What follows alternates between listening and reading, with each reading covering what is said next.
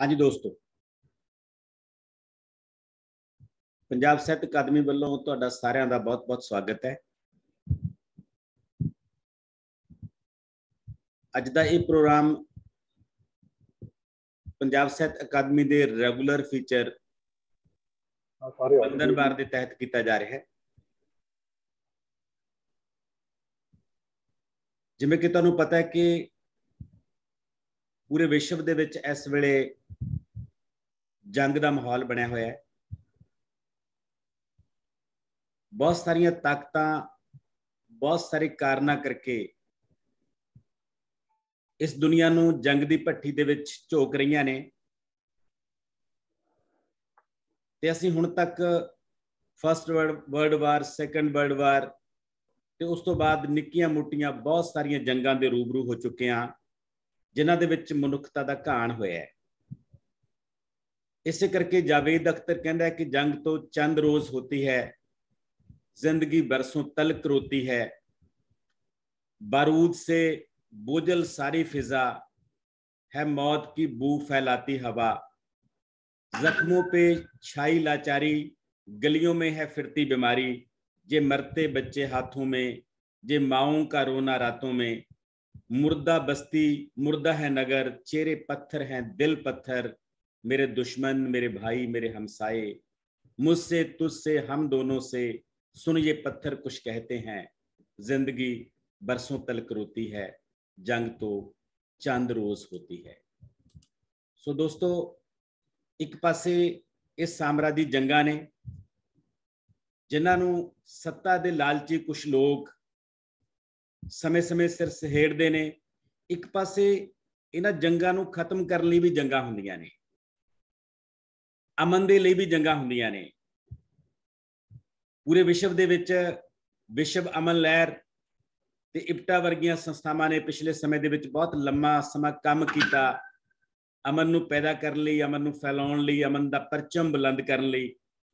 इस करके जंगां दा एक पासा और वो भी है जिहदे बारे अवतार पाश कहंदा कि युद्ध इश्क दी सिखर दा नां है, युद्ध लहू दे लाड़ दा नां है, युद्ध जीण दे निग दा नां है, युद्ध कोमल हसरतां दी मालकी दा नां है, ते युद्ध अमन दे शुरू दा नां है। सो कहा जाता है कि जे शांति चाहते हो तो युद्ध लई तैयार रहो। सो वो भी एक युद्ध हुंदा है, क्योंकि शांति भी बिना संघर्षां तो नहीं आउंदी हैगी। सो इस उद्देश्य नूं सामने रख के अज दा प्रोग्राम उलीकिया गया। इहदी एक कड़ी असीं पिछले महीने दे बंधन वार कर चुके हां, जिहदे विच असीं 10 पोइट रूबरू कीते सी, ते अज दे इस कवि दरबार दे विच भी असीं पंजाब साहित्य अकादमी के सद्दे ते पूरे भारत दे विचों कुछ कवियों की चोण की है, जिहदे विच आसाम तो साडे नाल कविता करमाकर मैडम शामिल ने, इस तरह इलाहाबाद तो संध्या नवोदिता मैडम शामिल ने, लैंदे पंजाब तो बुशरा नाज होरां ने शामिल होना सी पर उन्हां दे परिवार दे विच कोई ट्रैजेडी वापरन करके शायद वो ना आ सकन। ते अज दा जिहड़ा प्रोग्राम है ये पंजाब कला परिषद की अगवाई दे विच पंजाब साहित्य अकादमी करा रही है, ते साडे विचकार पंजाब कला परिषद दे वड्डे अहुदेदार जां इस वेले पंजाब की साहित्यक आसमान दे उत्ते जो वड्डे सितारे ने, डॉक्टर सुरजीत पात्र, डॉक्टर लखविंदर जौल होरी, जिहड़े साहित्य अकादमी लुधियाना के प्रधान ने, ते पंजाब कला परिषद के सकत्तर ने, ते डॉक्टर सुरजीत पात्र चेयरमैन ने साडे पंजाब कला परिषद के, जिन्हां दी अगवाई दे विच ये अकादमियां चलदियां ने, वो भी साडे नाल ने। उन्हां दा भी असीं बहुत बहुत स्वागत करते हैं। ते साडे पंजाबी दे आपदे शहरां दे विचों अमरजीत कसक होरी साडे नाल ने, इसे तरह हरभगवान चावला हरियाणा तो जिहड़े हरियाणा नूं रिप्रजेंट कर रहे हैं वो साडे नाल ने, कमलजीत भुल्लर होरी साडे नाल ने, अनिल आदम होरी साडे नाल ने, प्रोफैसर कुलदीप सिंह होरी साडे नाल ने, साडे प्रधान डॉक्टर सरबजीत कौर सोल जल्दी सानू ज्वाइन करनगे। सो उन्हां दी अगवाई दे विच ते डॉक्टर रवेल सिंह साडे जनरल सकत्तर, उन्हां दी अगवाई दे विच असीं बंधन वार दा इह सिलसिला लगातार अगे लैके जा रहे हैं। सो इहदे नाल नाल साडे होर बहुत सारे दोस्त शामिल हो रहे हैं, असीं उन्हां दा भी टाइम टू टाइम स्वागत करते हैं। सो मैं ज़्यादा लंबी गल ना करदा होया अज दे प्रोग्राम का आगाज़ करन लई डॉक्टर लखविंदर सिंह जौल होरां नूं सद्दा देऊंगा, जो इस वेले पंजाबी अदब की बहुत पद्धरां ते बहुत फ्रंटां ते अगवाई कर रहे हैं ते इन्हां दी गतिशील अगवाई दे विच चाहे वो पंजाब कला परिषद है, चाहे साहित्य अकादमी लुधियाना है, चाहे होर बहुत सारे अदारे ने, वो बहुत गतिशीलता नाल काम कर रहे हैं। सो लखविंदर जौहल जी, सब तो पहला तो तुहाडा बहुत बहुत स्वागत है ते नाल ही तुहानूं बेनती है कि तुसीं अज दे प्रोग्राम दा चंद शब्दां दे नाल ते जंग दे खिलाफ अपनी किसी रचना दे नाल शुरुआत करोगे। डॉक्टर लखविंदर जौहल जी, अनम्यूट कर लो सर अपने आप।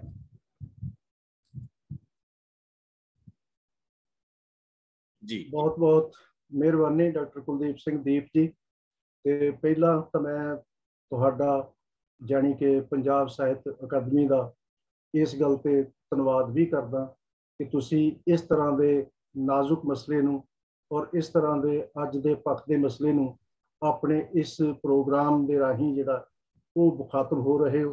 और मैं समझदा कि समाजिक तौर पर यह जिम्मेवारी निभाउणा भी साहित्यकारां दा फर्ज हुंदा है कि जो कुछ दुनिया भर दे विच वापर रहा उन्होंने मनुखता किस तरह लवे ते मनुखता के भले लई किस तरह आवाज़ बुलंद की जाए, किस तरह जिहड़ा वो लोकां नूं, खलकत नूं, साहित्यकारां नूं ते होर सारिआं नूं जागरूक किया जाए ताकि मनुखता अगे बढ़े।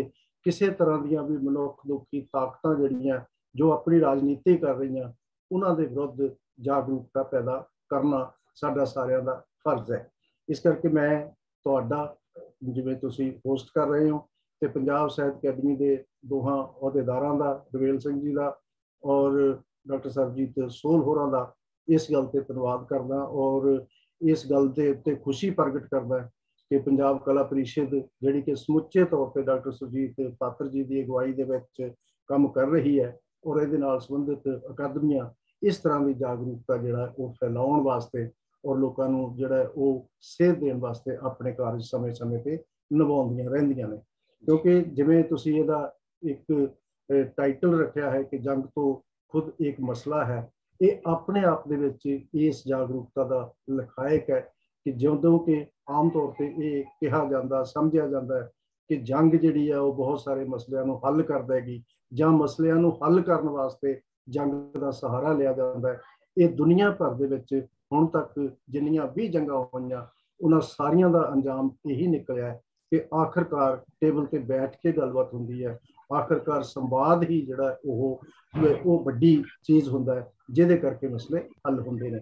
इस करके इस जागरूकता दे विच अपना हिस्सा भी पाउंदा होया मैं एक कविता तुहाडे नाल सांझी कर रहा ते कविता दा सरलेख है एक दिन। बंबां बंदूकां नाल अपनी अमीरी मिणन वाले असीं अपनियां जमीरां दे गद्दार गर्दाने जावांगे एक दिन। बंबां बंदूकां नाल अपनी अमीरी मिणन वाले असीं अपनियां जमीरां दे गद्दार गर्दाने जावांगे एक दिन। आसमान दी अख चों रिसदे रसायन, आसमान दी अख चों रिसदे रसायन साडे सिरां दी स्वाह बनदे ने रोज रोज। आसमान दी अख चों रिसदे रसायन साडे सिरां दी स्वाह बनदे ने दिन रोज रोज। रोज रोज हो रहा रसायन तांडव, रोज रोज वेखदा है समा ते रोज रोज वेखदी ते वेख वेख अनडट करदी मेरी जमीर, रोज रोज बदल रही है अपनी तस्वीर। आसमान दी अख विचों रिसदे रसायन साडे सिरां दी स्वाह बनदे ने रोज रोज। रोज रोज हो रहा रसायन तांडव, रोज रोज वेखदा है समा, रोज रोज वेखदी ते वेख वेख अनडट करदी मेरी जमीर, रोज रोज बदल रही है अपनी तस्वीर। रोज रोज युद्ध अते शांति नूं जित अते हार दा नाम देना किन्ना चंगा लगदा है समय नूं। रोज रोज युद्ध अते शांति नूं जित अते हार दा नाम देना किन्ना चंगा लगदा है समय नूं।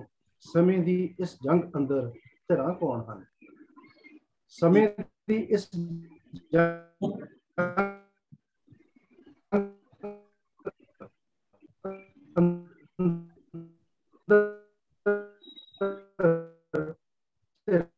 कौन हन।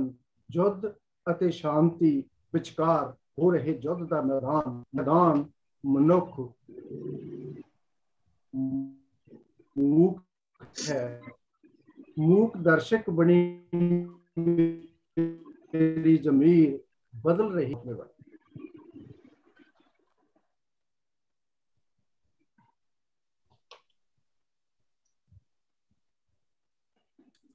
जौल साहब थोड़ा जिहा पिछों डिस्कनैक्ट हो गई जी आवाज़ तुहाडी, अखीरलियां कुछ लेना। ओके, मैं दोबारा कर देना थोड़ा। हाँ, अखीरलियां 7-8 लेना जी। युद्ध ਅਤੇ शांति विचकार हो रहे युद्ध ਦਾ मैदान मनुख मूक है। युद्ध ਅਤੇ शांति विचकार हो रहे युद्ध ਦਾ मैदान मनुख मूक है। मूक दर्शक बनी मेरी जमीर बदल रही है अपनी तस्वीर। ਬੰਬਾਂ ਬੰਦੂਕਾਂ ਨਾਲ ਆਪਣੀ ਅਮੀਰੀ ਮਿਲਣ ਵਾਲੇ ਅਸੀਂ ਆਪਣੀਆਂ ਜ਼ਮੀਰਾਂ ਦੇ ਗਦਾਰ ਗਰਦਾਨੇ ਜਾਵਾਂਗੇ ਇੱਕ ਦਿਨ। ਆਪਣੀਆਂ ਜ਼ਮੀਰਾਂ ਦੇ ਗਦਾਰ ਗਰਦਾਨੇ ਜਾਵਾਂਗੇ ਇੱਕ ਦਿਨ। क्या बात, सचमुच ਅਸੀਂ ਆਪਣੀਆਂ ਜ਼ਮੀਰਾਂ ਦੇ ਗਦਾਰ ਗਰਦਾਨੇ ਜਾਵਾਂਗੇ ਜੇ ਅਸੀਂ ਆਪਣੇ ਫਰਜ਼ਾਂ ਨੂੰ ਨਾ ਪਛਾਣਿਆ ਤਾਂ। ਸੋ ਜੌਲ ਸਾਹਿਬ ਹੋਰਾਂ ਨੇ ਸਵਾਗਤ ਵੀ ਕੀਤਾ ਸਾਰੇ ਮਹਿਮਾਨਾਂ ਦਾ, ਤੇ ਜੰਗ ਦੇ ਮਾਹੌਲ ਤੇ ਜੰਗ ਦੇ ਖਿਲਾਫ ਆਪਣੀ ਕਵਿਤਾ ਵੀ ਪੇਸ਼ ਕੀਤੀ ਹੈ। ਜੌਲ ਸਾਹਿਬ ਤੁਹਾਡਾ ਬਹੁਤ ਬਹੁਤ ਧੰਨਵਾਦ। ਤੇ ਇਹਨਾਂ ਦੀਆਂ ਕੁਝ ਮਜਬੂਰੀਆਂ ਨੇ, ਇਹਨਾਂ ਨੇ ਕਿਸੇ ਹੋਰ ਫੰਕਸ਼ਨ ਦੇ ਵਿੱਚ ਜਾਣਾ ਹੈ। ਇਹਨਾਂ ਨੂੰ ਬੇਨਤੀ ਹੈ ਕਿ ਜਿੰਨਾ ਕੁ ਸਮਾਂ ਸਾਡੇ ਵਿਚਕਾਰ ਬਹਿ ਸਕਦੇ ਨੇ ਜ਼ਰੂਰ ਬੈਠਣ, ਪਰ ਜਦੋਂ ਇਹਨਾਂ ਨੇ ਜਾਣਾ ਹੋਇਆ ਤਾਂ ਇਹ ਜਾ ਸਕਦੇ ਨੇ। ਸੋ ਇਹਨਾਂ ਨੇ ਆਪਣੇ ਬਹੁਤ ਰੁਝੇਵਿਆਂ ਦੇ ਵਿੱਚੋਂ ਸਮਾਂ ਕੱਢ ਕੇ ਇਸ ਤਰ੍ਹਾਂ ਸ਼ਮੂਲੀਅਤ ਕੀਤੀ ਹੈ। ਸਰ ਤੁਹਾਡਾ ਬਹੁਤ ਬਹੁਤ ਧੰਨਵਾਦ। ਜੌਲ ਸਾਹਿਬ ਹੋਰਾਂ ਨੇ ਸਵਾਗਤ ਕੀਤਾ ਤੇ ਇਸ ਸਵਾਗਤ ਤੋਂ ਬਾਅਦ ਇੱਕ ਦੋ ਗੱਲਾਂ ਜਿਹੜੀਆਂ ਜ਼ਰੂਰੀ ਤੁਹਾਡੇ ਨਾਲ ਕਰਨੀਆਂ ਨੇ। ਇੱਕ ਤਾਂ ਅੱਜ ਦੇ ਇਸ ਪ੍ਰੋਗਰਾਮ ਰਾਹੀਂ ਅਸੀਂ ਮੈਡਮ ਸੁਲਤਾਨਾ ਬੇਗਮ ਹੋਰਾਂ ਨੂੰ ਸ਼ਰਧਾਂਜਲੀ ਦਿੰਦੇ ਹਾਂ। ਪੰਜਾਬੀ ਅਦਬ ਦੀ ਬਹੁਤ ਵੱਡੀ ਹਸਤੀ ਸੀ ਜੋ ਪਿਛਲੇ ਦਿਨਾਂ ਦੇ ਵਿੱਚ ਸਾਡੇ ਕੋਲੋਂ ਵਿਛੜ ਗਏ।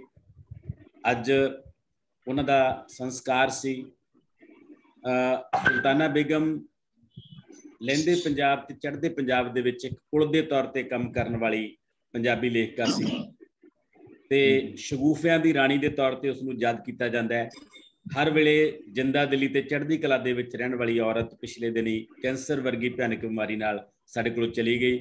ਸੋ ਪੰਜਾਬ ਕਲਾ ਪਰਿਸ਼ਦ, ਪੰਜਾਬ ਸਾਹਿਤ ਅਕਾਦਮੀ ਉਹਨਾਂ ਨੂੰ ਇਸ ਪ੍ਰੋਗਰਾਮ ਦੇ ਰੂਪ ਦੇ ਵਿੱਚ ਆਪਣੀ ਸ਼ਰਧਾਂਜਲੀ ਪ੍ਰਗਟ ਕਰਦਾ ਹੈ, ਸ਼ਰਧਾਂਜਲੀ ਭੇਂਟ ਕਰਦਾ ਹੈ। ਦੂਜੀ ਬੇਨਤੀ ਇਹ ਹੈ ਕਿ ਮੈਂ ਤਰਤੀਬ ਤੁਹਾਨੂੰ ਦੱਸ ਰਿਹਾ ਪ੍ਰੋਗਰਾਮ ਦੀ, ਤੇ ਉਸ ਤਰਤੀਬ ਦੇ ਮੁਤਾਬਕ ਅਸੀਂ ਸਾਰੇ ਕਵੀ ਆਪਣੀ ਆਪਣੀ ਸ਼ਾਇਰੀ ਨੂੰ ਪੇਸ਼ ਕਰਾਂਗੇ। ਅਸੀਂ ਸਭ ਤੋਂ ਪਹਿਲਾਂ ਅਨਿਲ ਆਦਮ ਹੋਰਾਂ ਤੋਂ ਸ਼ੁਰੂ ਕਰਾਂਗੇ ਅੱਜ ਦਾ ਕਵੀ ਦਰਬਾਰ। ਉਸ ਤੋਂ ਬਾਅਦ ਮੈਡਮ ਕਵਿਤਾ ਕਰਮਾਕਰ ਜੋ ਅਸਾਮ ਤੋਂ ਸਾਡੇ ਨਾਲ ਨੇ ਉਹ ਆਪਣਾ ਕਲਾਮ ਪੇਸ਼ ਕਰਨਗੇ। ਉਸ ਤੋਂ ਬਾਅਦ ਕਮਲਜੀਤ ਭੁੱਲਰ ਸਾਹਿਬ ਆਪਣੀ ਕਵਿਤਾ ਪੇਸ਼ ਕਰਨਗੇ। ਉਸ ਤੋਂ ਬਾਅਦ ਜੇ ਬੁਸ਼ਰਾ ਨਾਜ਼ ਮੈਡਮ ਸ਼ਾਮਲ ਹੋ ਸਕੇ ਤਾਂ ਉਹ ਆਪਣੀ ਕਵਿਤਾ ਪੇਸ਼ ਕਰਨਗੇ। ਫਿਰ ਪ੍ਰੋਫੈਸਰ ਕੁਲਦੀਪ ਸਿੰਘ ਆਪਣੀ ਕਵਿਤਾ ਪੇਸ਼ ਕਰਨਗੇ।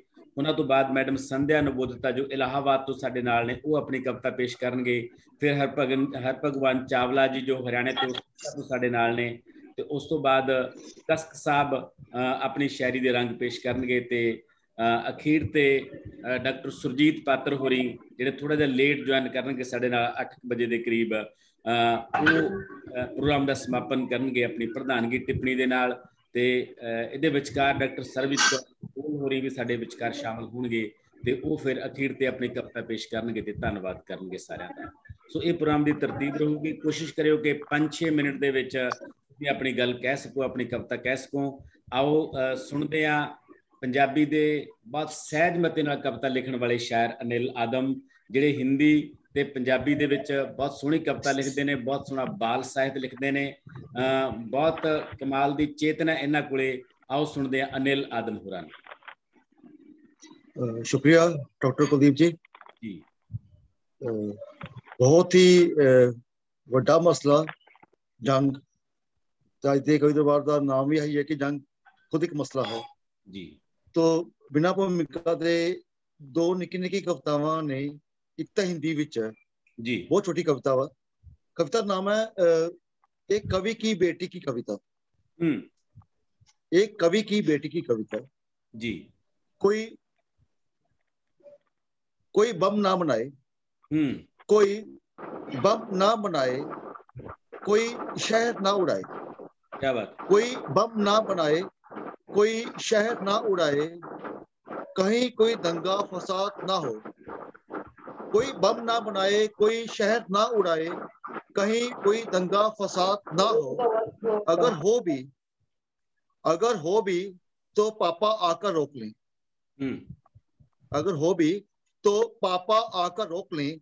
मैं चाहती हूँ दुनिया के सारे पापा कवि बन जाएं। क्या बात है, बहुत अच्छा। वाह मैं बेटा, चाहती हूँ बहुत दुनिया के अच्छा, सारे बहुत पापा कवि बन जाएं। हम्म, शुक्रिया। और ये कविता बहुत अच्छा। माँ रो पई। हाँ? माँ रो पई। माँ मैं जंग ते चलिया। माँ मैं जंग ते चलिया, पुੱਤ ने कहा। माँ मैं जंग ते चलिया, पुੱਤ ने कहा, पुੱਤ वापस कदों आवेगा? माँ ने कहा जी। माँ मैं जंग ते चलिया, पुੱਤ ने कहा, पुੱਤ वापस कदों आवेगा? माँ ने कहा माँ मैं जंग ते चलिया, देश ਲਈ, धर्म ਲਈ, दीन मजहब ईमान ਲਈ। माँ मैं जंग ते चलिया, देश ਲਈ, धर्म ਲਈ, दीन मजहब ईमान ਲਈ, जित के आवांगा। जित्ती भावें ना जित्ती, जित्ती भावें ना जित्ती, बस वापस आ जावी मेरे बच्चिया, माँ आखदी। क्या बात, बहुत अच्छा।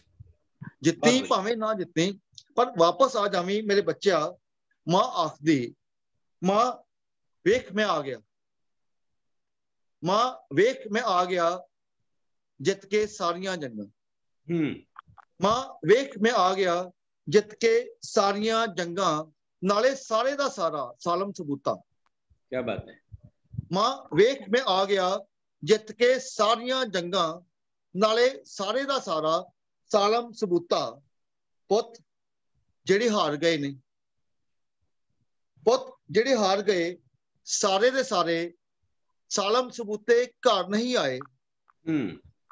ਪੁੱਤ ਜਿਹੜੇ ਹਾਰ ਗਏ, ਸਾਰੇ ਦੇ ਸਾਰੇ ਸਾਲਮ ਸਬੂਤੇ ਘਰ ਨਹੀਂ ਆਏ।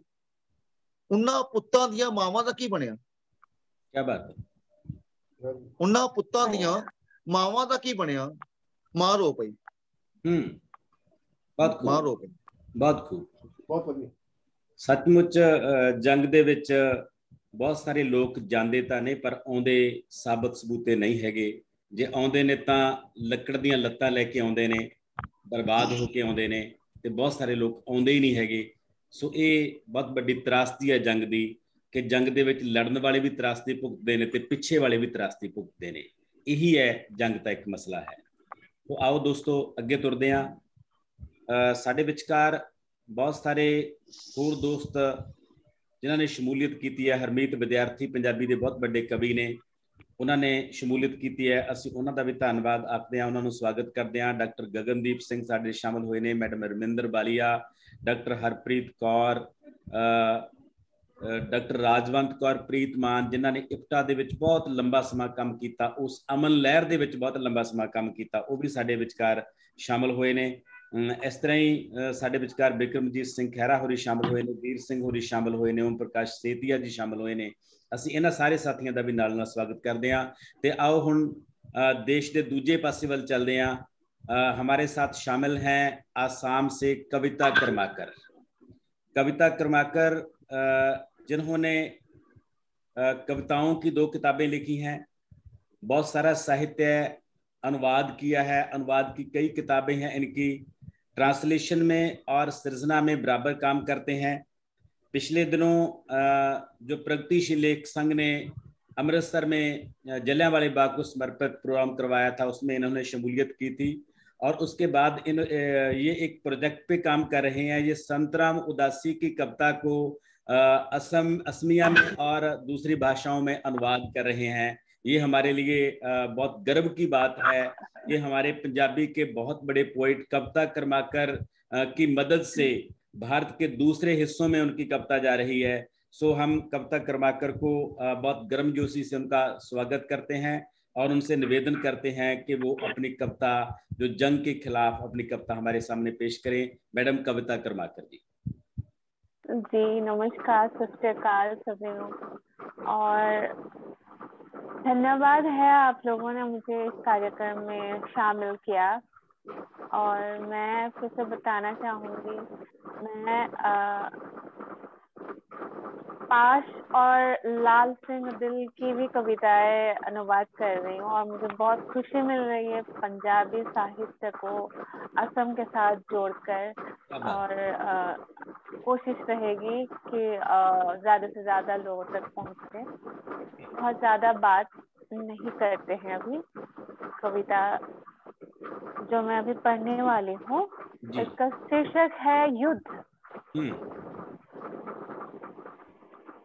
बाटा तो यूं बाटा, ना हम अलग रहे ना मिल पाए। बाटा तो यूं बाटा, ना हम अलग रहे ना मिल पाए। युद्धोन्माद कभी युद्ध में नहीं जाते। युद्धोन्माद कभी युद्ध में नहीं जाते, बस मृत्यु पर हर्षोल्लास करते ठहाके लगाकर। असल युद्ध तो वे लड़ते हैं जिन्हें आस रहती है कि युद्ध कभी ना हो। असल युद्ध तो वे लड़ते हैं जिन्हें आस रहती है कि युद्ध कभी ना हो, जो चिट्ठियों में लपेट कर प्यार भेजते हैं राखी की डोरी में। विरह के अगन में झुलसते हुए प्रीत को दूर से ही एक साथ चांद को देखकर दिल बहलाते। अनायास बहते अश्रुधारा को व्यर्थ छुपाते हुए बेचैनी और शंका के भंवर में बस डूबते और डूबते चले जाते हैं। युद्ध तो उनका होता है। राजनीति के हठकारिता को बिना समझे नियति मान लिया जाता है। राजनीति के हठकारिता को बिना समझे नियति मान लिया जाता है। असल युद्ध उनका होता है जिनके लिए बारूद बस रोटी का अंतिम साधन बनता है। असल युद्ध उनका होता है जिनके लिए बारूद बस रोटी का अंतिम साधन बनता है। असल युद्ध वहाँ होता है दबे स्वर से प्रार्थनाएं गूंजती हैं जिन प्रार्थना गृहों में। सिसकते हिमखंड पिघलते पिघलते खत्म नहीं होते। अथवा यूं माने किसी की प्रतीक्षित कुशल वार्ता के लिए बेबसी बेचैनी बेबाक होती है अंधेरे में। उस अंधेरे से कभी पूछा जाए तो जाने युद्ध होता क्या है। बहुत अच्छी। युद्ध उनका होता है जो थमे हुए वक्त के एकांत में अंदर से टूट बिखर कर हौसला बनते हैं। हौसले होते हैं पोशीदा, कपाल में रेखांकित उम्र भर की प्रौढ़ता। युद्ध की नियति हर पक्ष के लिए एक ही होता है। युद्ध की नियति हर पक्ष के लिए एक ही होता है, लेकिन युद्धोन्माद कभी युद्ध में नहीं जाते। क्या बात, बहुत अच्छी, बहुत अच्छी कविता मैम, बहुत अच्छी, थैंक यू। आपने शमूलियत की इस प्रोग्राम में और आप पंजाबी की कविताओं को दूसरी भाषाओं में लेकर जा रहे हो, आपका इसलिए बहुत बहुत धन्यवाद। आगे से भी हमारे साथ जुड़े रहिए। जी जी जी, बहुत शुक्रिया। सो दोस्तों, इसी मैडम कविता करमाकर ਤੇ ਹੁਣ ਆਪਾਂ ਪ੍ਰੋਗਰਾਮ ਦੀ ਲੜੀ ਨੂੰ ਅੱਗੇ ਚਲਾਉਂਦੇ ਹੋਏ ਸਾਡੇ ਵਿਚਕਾਰ ਸ਼ਾਮਲ ਨੇ ਕਮਲਜੀਤ ਭੁੱਲਰ ਹੋਰੀ। ਕਮਲਜੀਤ ਭੁੱਲਰ ਹੋਰੀ ਜਿਨ੍ਹਾਂ ਦਾ ਫੌਜ ਦੇ ਵਿੱਚ ਬਹੁਤ ਲੰਬਾ ਤਜਰਬਾ ਹੈ ਤੇ ਅੱਜ ਦੇ ਪ੍ਰੋਗਰਾਮ ਦੇ ਵਿੱਚ ਹੋਰ ਕਈ ਕਵੀ ਇਹੋ ਜਿਹੇ ਸ਼ਾਮਲ ਨੇ ਜਿਨ੍ਹਾਂ ਦੀ ਬੈਕਗ੍ਰਾਉਂਡ ਫੌਜ ਨਾਲ ਜੁੜੀ ਹੋਈ ਹੈ। ਕਸਕ ਸਾਹਿਬ ਵੀ ਸਾਡੇ ਵਿਚਕਾਰ ਨੇ। ਜਿਹੜੇ ਲੋਕ ਫੌਜ ਨਾਲ ਜੁੜੇ ਹੁੰਦੇ ਨੇ ਉਹਨਾਂ ਕੋਲੇ युद्ध ਦੇ ਕੁਝ ਵੱਖਰੀ ਕਿਸਮ ਦੇ ਤਜਰਬੇ ਹੁੰਦੇ ਨੇ ਤੇ ਭੁੱਲਰ ਸਾਹਿਬ ਵੀ ਉਹਨਾਂ ਸ਼ਖਸੀਅਤਾਂ ਦੇ ਵਿੱਚੋਂ ਇੱਕ ਨੇ ਜਿਨ੍ਹਾਂ ਨੇ 19 ਸਾਲ ਇੰਡੀਅਨ ਆਰਮੀ ਦੇ ਵਿੱਚ ਲਾਏ ਨੇ। ਉਸ ਤੋਂ ਬਾਅਦ ਸਾਹਿਤ ਵਾਲੇ ਪਾਸੇ ਆਏ। 4 ਕਿਤਾਬਾਂ ਇਹਨਾਂ ਦੀਆਂ ਪਬਲਿਸ਼ਡ ਹੋਈਆਂ, 2 ਪੰਜਾਬੀ ਦੇ ਵਿੱਚ ਆਏ, ਇੱਕ ਹਿੰਦੀ ਦੇ ਵਿੱਚ ਤੇ ਇੱਕ ਇੰਗਲਿਸ਼ ਦੇ ਵਿੱਚ। ਨਾਗਮਣੀ ਦੇ ਵਿੱਚ ਛਪਦੇ ਰਹੇ ਨੇ ਲੰਬਾ ਸਮਾਂ ਤੇ ਅੱਜ ਕੱਲ੍ਹ ਅਕਾਲ ਯੂਨੀਵਰਸਿਟੀ ਤਲਵੰਡੀ ਸਾਬੋ 'ਚ ਅਸਿਸਟੈਂਟ ਰਜਿਸਟਰਾਰ ਦੇ ਤੌਰ ਤੇ ਕੰਮ ਕਰ ਰਹੇ ਨੇ। ਸੋ ਭੁੱਲਰ ਸਾਹਿਬ, ਤੁਹਾਡਾ ਬਹੁਤ ਬਹੁਤ ਸਵਾਗਤ ਹੈ। माइक खोल लो सर, माइक। जी।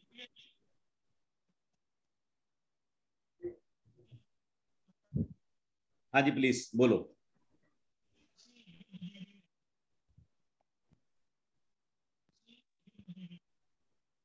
भुल्लर साहब तुहाडी आवाज नहीं आई।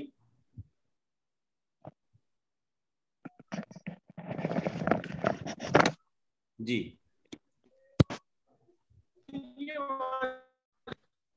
नहीं अजय आ नहीं रही आवाज।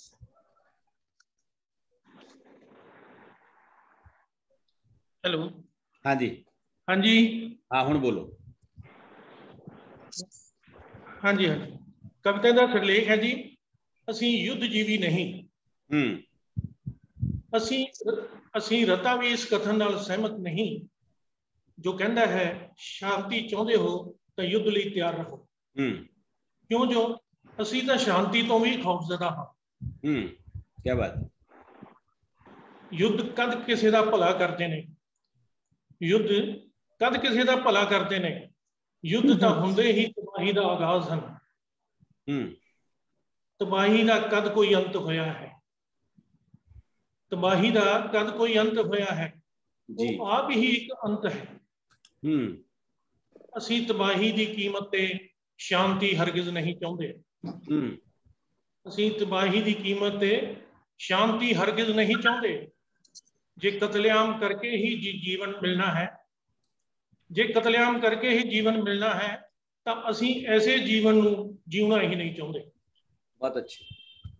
दुनिया तो सिरजी सी, दुनिया तो सिरजी सी कुदरत ने हर जीव दे साह लैण लई। दुनिया तो सिरजी सी कुदरत ने हर जीव दे साह लैण लई। तुसीं मनुखता दे घाण लई मारू हथियार सिरज लए। दुनिया तो सिरजी सी कुदरत ने हर जीव दे साह लैण लई। तुसीं मनुखता दे घाण लई मारू हथियार सिरज लए। तुसीं इस नूं तरक्कियां दा नां दिंदे हो, पर असी तबाहियां नाम नाल संबोधित होंदे हां। तुसीं इस नूं तरक्कियां दा नाम दिंदे हो, पर असी तबाहियां नाम नाल संबोधित होंदे हां। आस यही है तो हथों तुसीं मनुख तो उसके जीवन के मौके नहीं खोहोगे। क्यों जो असी युद्ध जीवी हरगिज नहीं हाँ। क्यों जो असी युद्ध जीवी हरगिज नहीं हाँ। बस असी ऐसे युद्ध तो परे ते अशांतमई शांति तो उरे जीना चाहते। क्यों जो असी युद्ध जीवी हरगिज नहीं हाँ। बस असी ऐसे युद्ध तो परे ते अशांतमई शांति तो उरे जीना चाहते। जी शुक्रिया। बहुत अच्छे, बहुत अच्छे। बहुत बढ़िया। युद्ध दे वखरे पसारां नूं पेश कीता है भुल्लर साहब, तुसीं बहुत बहुत धन्नवाद तुहाडा। इसी तरह जुड़े रहो साडे नाल। दोस्तों अगे वधदे हां। साडे विचकार जलालाबाद तो असिस्टेंट प्रोफैसर कुलदीप सिंह साडे नाल ने, जिहड़े अध्यापन का जिन्हां दा लंबा तजर्बा है, जिन्हां दे बहुत सारे रिसर्च पेपर वख-वख मैगजीनां दे विच ते किताबां च प्रकाशित होए ने, कविता ते खोज भी करते हैं ते कविता लिखते भी ने। प्रोफैसर कुलदीप सिंह जी तुहाडा बहुत बहुत स्वागत है। बहुत शुक्रिया डॉक्टर कुलदीप दीप जी। जी सब तो पहले तो मैं बहुत धन्यवाद करदा सारी प्रबंधकी टीम का कि जिन्होंने इन्ने नामवर कवियों के नाल कविता पढ़न का अवसर दिता। कविता मेरी जी तमगे जी। 65 दी जंग दी 50वीं वरेगंढ मना रहा है मेरा देश। 65 दी जंग दी 50वीं वरेगंढ मना रहा है मेरा देश। जशन रेडियो दियां बातां तो लैके रंगिया पिया है टीवी ते आउंदियां रंगीन मूरतां तिकर। जी। जशन रेडियो दियां बातां तो लैके रंगिया पिया है टीवी ते आउंदियां रंगीन मूरतां तिकर। जशनां विच पुट्ठे सीधे हो रहे इस देश दा एक आम नागरिक मैं भी शामिल हां। जशन दियां बत्तियां रंगां पटाकियां विच टीवी दा हर इश्तिहार अखबार दा हर लेख सोले गाउंदा योद्धियां दे बातां पाउंदा सूरियां दियां। तोपां नगारियां जहाज़ां दा युद्धनाद, तोपां नगारियां जहाज़ां दा युद्धनाद चल रही है सरंगी उत्ते योद्धियां दी वार। जशनां तो पार मैं पहुंच जाना जिंदगी दे उस रन विच। जशनां तो पार मैं पहुंच जाना जिंदगी दे उस रन विच जिथे चल रही है एक होर जंग अपने ही संग। इत्थे चीकां कूकां हौके हावियां दा शूक दा दरिया निरंतर वग रहा है। 50 वरियां तो पार नहीं घटदी कदे जिस दी धार। योधियां दियां वारां तो पार एक होर है संगीत। योधियां दियां वारां तो पार एक होर है संगीत, जिस दी नहीं मिलदी ताल मेरे मुल्क दे किसी भी जशन नाल। एक चीक एक मरसिया एक अलाउनी एक हौका, वैसे बिना भावुक होए भी सोचा जा सकता है। वैसे बिना भावुक होए भी सोचा जा सकता है। ते मैं अक्सर सोचदा हाँ कि शहीद दी छाती दा तमगा किंज बन सकता है किसी दा पति। कि शहीद दी छाती दा तमगा किंज बन सकता है किसी दा पति। किंज लै सकता है किसी दे बाप दी छां दी थां। किसे बाल दे मर गए तोतले बोलां दा मुल। किसे धी दा मासूम हासा, किसे मां दी बुढ़ापे दी डंगोरी किंज बन सकता है। जिस दा चिखा च सड़दा है सुहाग, जिस दा चिखा च सड़दा है सुहाग, की मुल उस लई शहीदी दा खिताब। 21 तोपां दी सलामी नेता दी स्पीच कुछ भी कदी भी मोड़ के नहीं लिया सकते। वैसे जे मर गया पुत दी मां दी अख नाल वेख्या जावे, वैसे जे मर गया पुत दी मां दी अख नाल वेख्या जावे तां लाश ते पिया किसे देश दा झंडा भी आखिर तक कफन ही हुंदा। बहुत अच्छा। हाँ जी, एक हफ्ता हो रहा जी, आपां कदों जितांगे। सम्राट अशोक ने कई युद्ध लड़े। सम्राट अशोक ने कई युद्ध लड़े, कई सारे जिते। आखिर एक युद्ध होया कलिंगा दा। आखिर एक युद्ध होया कलिंगा दा, वो ये भी जित गया। युद्ध विच लाशां दे ढेर सन, किसे दा पुत किसे दा बाप किसे दे सिर दा साईं। किसे दा पुत किसे दा बाप किसे दे सिर दा साईं, ते कोई रखड़ी वाला गुट किसे दा। सम्राट अशोक पहली बार मन ही मन अपने नाल लड़िया। सम्राट अशोक पहली बार मन ही मन अपने नाल लड़िया। सम्राट अशोक हार गया, अशोक जित गया। आपां कदों जितांगे? बहुत अच्छे, बहुत अच्छे। शुक्रिया जी, शुक्रिया। बहुत बढ़िया। इतिहास ਦੇ ਵਿੱਚ ਬਹੁਤ ਸਾਰੇ ਪ੍ਰਸੰਗ ਇਹੋ ਜਿਹੇ ਪਏ ਨੇ ਜਿਹੜੇ ਯੁੱਧ ਦੀ ਭਿਆਨਕਤਾ ਨੂੰ ਪੇਸ਼ ਕਰਦੇ ਨੇ। ਉਹਨਾਂ ਦੇ ਵਿੱਚੋਂ ਕਲਿੰਗਾ ਦੇ ਯੁੱਧ ਦਾ ਪ੍ਰਸੰਗ ਇਹਨਾਂ ਨੇ ਸਾਂਝਾ ਕੀਤਾ ਪ੍ਰੋਫੈਸਰ ਕੁਲਦੀਪ ਪੁਰਾ ਨੇ ਆਪਣੀ ਕਵਿਤਾ ਰਾਹੀਂ। ਬਹੁਤ ਖੂਬ ਸਰ, ਬਹੁਤ ਵਧੀਆ ਤਰੀਕੇ ਨਾਲ ਤੁਸੀਂ ਸਵਾਲ ਉਠਾਇਆ ਕਿ ਉਹਨਾਂ ਨੇ ਤਾਂ ਯੁੱਧ ਤਿਆਗਤਾ ਤੇ ਅਸੀਂ ਕਦੋਂ ਤਿਆਗਾਂਗੇ। ਸੱਚਮੁੱਚ ਇਹਨਾਂ ਯੁੱਧਾਂ ਨੂੰ ਉਸੇ ਰੂਪ ਦੇ ਵਿੱਚ ਤਿਆਗਣ ਦੀ ਜ਼ਰੂਰਤ ਹੈ। ਮਨੁੱਖਤਾ ਨੂੰ ਪਿਆਰ ਕਰਨ ਦੀ ਜ਼ਰੂਰਤ ਹੈ ਤੇ ਇਹ ਲੜਾਈ ਅਸੀਂ ਲਗਾਤਾਰ ਲੜ ਰਹੇ ਹਾਂ। ਬਹੁਤ ਬਹੁਤ ਧੰਨਵਾਦ ਸਰ ਤੁਹਾਡਾ। जुड़े रहो इस तरह नाल। मैडम संध्या नवोता जी, मेरी आवाज सुन रहे हैं आप? जी मैं सुन रही हूँ जी। सो दोस्तों, अब हम चलते हैं इलाहाबाद की तरफ। हमारे साथ मैडम संध्या नवोदिता हैं। मैडम संध्या नवोदिता भी पिछले दिनों पंजाब में अमृतसर में आए थे, तब हमारा तालमेल हुआ था और मैं चाहता था कि भारत के जो अच्छे कवि हैं जो अब नया लिख रहे हैं कुछ, उनको पेश किया जाए। तो इस प्रोग्राम के बहाने हम मैडम संध्या नवोदिता को जानेंगे और उनको सुनेंगे। मैडम संध्या नवोदिता बहुत अच्छा काम कर रहे हैं इस वक्त। कविताएं लिख रहे हैं, कविताओं का अनुवाद कर रहे हैं और बहुत कुछ अनुवाद कर रहे हैं। लेख के रूप में, पत्रकार के रूप में बहुत सारे अखबारों मैगजीनों में पत्रकारिता कर रहे हैं। शातिर राजनीति में इन्होंने बहुत सक्रिय भूमिका निभाई है। फिडल कास्ट्रो के भाषणों का अनुवाद किया है। सिमोन दा बोवार के लेखों का अनुवाद किया है। अनेक अनेक मैगजीन, हंस जैसे बड़े मैगजीन, बागार्थ जैसे बड़े मैगजीन, उनमें इनकी रचनाएं लगातार प्रकाशित हो रही हैं। मैडम संध्या नवोदिता जी, आपका सबसे पहले तो बहुत बहुत स्वागत है इस कार्यक्रम में। हम चाहेंगे कि आप आज के हमारे थीम को ध्यान में रखकर अपनी कविता हमारे पंजाबी के जो पाठक हैं, जो श्रोता हैं, उनके समक्ष प्रस्तुत करेंगे। मैडम संध्या नवोदिता। आप सभी को मेरा नमस्कार और डॉक्टर कुलदीप सिंह जी को धन्यवाद कि उन्होंने मुझे इस कार्यक्रम में बुलाया। मैं आप सभी की कविताएं सुन रही हूँ और युद्ध की जो थीम है, जो सबसे बुरा गुजरता है वो देश के ऊपर गुजरता है, तो मैं उस देश के ऊपर एक कविता कहती हूँ।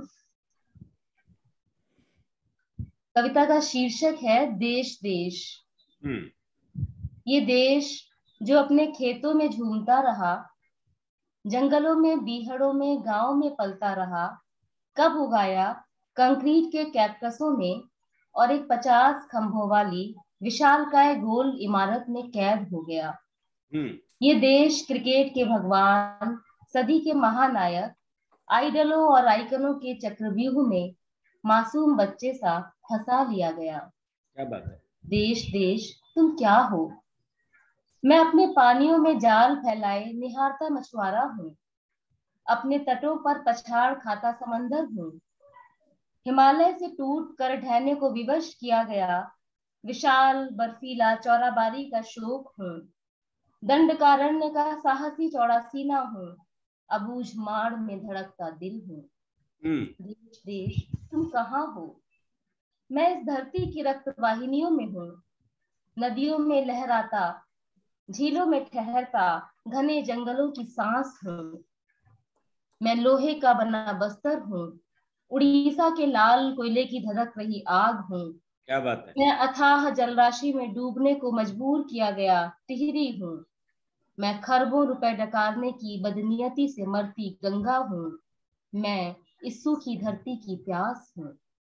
मैं बेलाडीला की खदान हूँ, जिस पर चढ़ बैठे हैं सभ्य सौदागर, जिनका मुंह मेरे बच्चों के लहू से सना है। मैं मानेसर का मान हूँ, जहां घना अंधेरा पोता जा रहा है। उत्तर पूर्व का उपनिवेश हूँ, 7 बहनों की पीड़ा भरी छटपटाहट हूँ। इरोम शर्मिला की आंखों से देखता हुआ लुटियंस की दिल्ली को मैं जेल में गुमनाम दम तोड़ता 1084 हूँ। क्या बात है मैम, क्या बात है। सबकी खुशी के सपने देखने का अपराधी दुस्साहसी मुस्कुराता नौजवान हूँ। मैं अंधेरे के गीतों का दस्तावेज हूँ, 2002 का जलता गुजरात हूँ। फिर भी मैं अशफाक हूँ, भगत हूँ, सुखदेव हूँ, राजगुरु और आजाद हूँ। क्या बात है। देश देश मैं जलियांवाला की गोलियों से छलनी दीवार हूँ। मैं अपने बहादुर पाश की अंतिम हिचकी हूँ। देश देश तुम क्यों हो? मैं हूँ क्योंकि तुम हो। तुम्हारी रोटी, तुम्हारे सम्मान का विस्तार हूँ मैं घर हूँ तुम्हारा, तुम्हें अपने सीने से लगाए। मैं तुम में हूँ, तुम जो मुझ में हो, मेरी मिट्टी से बने, मेरी जड़ों पर खड़े। देश देश तुम कैसे हो? मैं आंसुओं का महाराग हूँ, 47 का टहकता दाग हूँ। भयानक परछाई हूँ टूटे सपनों की, एतद द्वारा का टुकड़ा टुकड़ा संविधान हूँ। अमीरों के जबड़ों में फंसा मांस का नरम स्वादिष्ट किंतु वैध स्वाद हूँ, जिसकी रेसिपी संविधान के किसी टुकड़े में दर्ज है।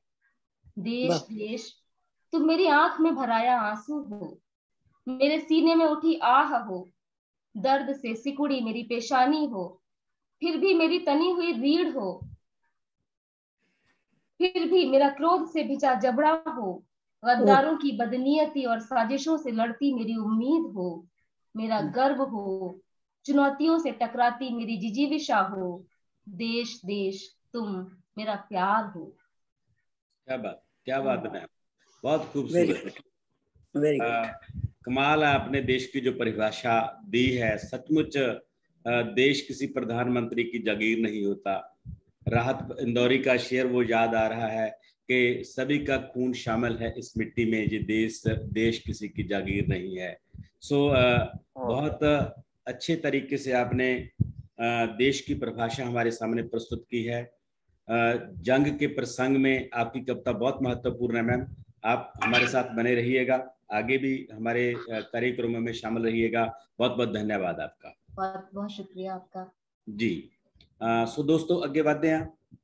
साडे नाल हरियाणे तो जो साडा पुराना पंजाब है उस तो हरभगवान चावला जी साडे नाल शामिल हुए ने सिरसा तो। हरभगवान चावला होरी इस वेले हरियाणे दे विच पंजाबी ते हिंदी दोने भाषावां दे विच बहुत अच्छा काम कर रहे ने। अक्सर मैं इन्हां दियां कहानियां, मिनी कहानियां ते कवितावां हिंदी दे विच ते पंजाबी दे विच पढ़दा रहना ਖਾਸ ਤੌਰ ਤੇ ਕੋਰੋਨਾ ਦੇ ਦੌਰ ਦੇ ਵਿੱਚ ਇਹਨਾਂ ਨੇ ਜਿਸ ਸੰਵੇਦਨਸ਼ੀਲ ਤਰੀਕੇ ਨਾਲ ਉਸ ਦੌਰ ਦੇ ਵਿਰੋਧਾਭਾਸਾਂ ਨੂੰ, ਉਸ ਦੌਰ ਦੇ ਤਣਾਵਾਂ ਨੂੰ ਪੇਸ਼ ਕੀਤਾ ਆਪਣੀ ਕਵਿਤਾ ਦੇ ਵਿੱਚ, ਉਹ ਬਹੁਤ ਕਮਾਲ ਸੀ। ਬੜੀਆਂ ਕਮਾਲ ਦੀਆਂ ਨਿੱਕੀਆਂ ਨਿੱਕੀਆਂ ਕਵਿਤਾਵਾਂ ਇਹਨਾਂ ਨੇ ਉਸ ਦੌਰ ਦੇ ਵਿੱਚ ਲਿਖੀਆਂ। ਸੋ ਮੈਂ ਹਰਭਗਵਾਨ ਚਾਵਲਾ ਹੋਰਾਂ ਨੂੰ ਬੇਨਤੀ ਕਰਦਾ ਕਿ ਉਹ अपनी कविता साडे नाल सांझी करन। हरभगवान चावला जी। धन्यवाद सर। आवाज आ रही है जी? जी बिल्कुल आ रही है सर। दो कविताएं में से दो हैं, अगर आप कहेंगे तो, वरना एक ही। कोई बात नहीं सर, कोई बात नहीं। युद्ध के मोर्चे से चिट्ठियां। युद्ध के मोर्चे से आने वाली चिट्ठियों में अलग अलग तरह की गंध होती थी। किसी चिट्ठी में बारूद की गंध, किसी में जंगल की बारिश की, किसी में रास्ते की धूल की, किसी में दर्द निवारक दवा की। चिट्ठी में खून की गंध, किसी में बंकरों की सीलन की। इन चिट्ठियों में आवाजें भी थीं, गोलियों की, बमों की, चीखों की, कराहों की। इन चिट्ठियों में मातमी सन्नाटा भी सुनाई देता था। इन चिट्ठियों को पाने वाले हमेशा आशंकित रहते थे कि कहीं उनकी लिखी चिट्ठियों की जगह कोई चिट्ठी न आ जाए उनके बारे में। वे कामना करते थे कि बंद हो युद्ध और चिट्ठियों का सिलसिला, और उनके सामने आ खड़े हों प्रत्यक्ष मोर्चे पर तैनात उनके अपने। ये दूसरी एक बहुत छोटी सी कविता है। युद्ध के बाद वे अजनबी जमीन पर मर गए। उन दूत जिस्म तेज धूप में भाप बनकर उड़ गए। उनकी हड्डियां जब जमींदोज होने के लिए सैलाबों और तूफानों का इंतजार करती थी, कितने ही गांवों में माओं और विधवाओं के विलाप गूंजते थे। क्या बात। में तबाह हो गई थी फसलें, जानवर मर गए थे, मर रहे थे, औरतों और भैंसों के दूध सूख गए थे, पागलों की तरह गलियों में भटक रहे थे कर्ज में डूबे किसानों के कंकाल। जब राजधानी में निरंतर चल रहे थे जीत के जश्न, आसमान आतिशबाजियों से भराया हुआ था, दुश्मन का नामो निशान मिटा देने की अहंकार पूर्ण प्रतिज्ञाएं दी जा रही थी।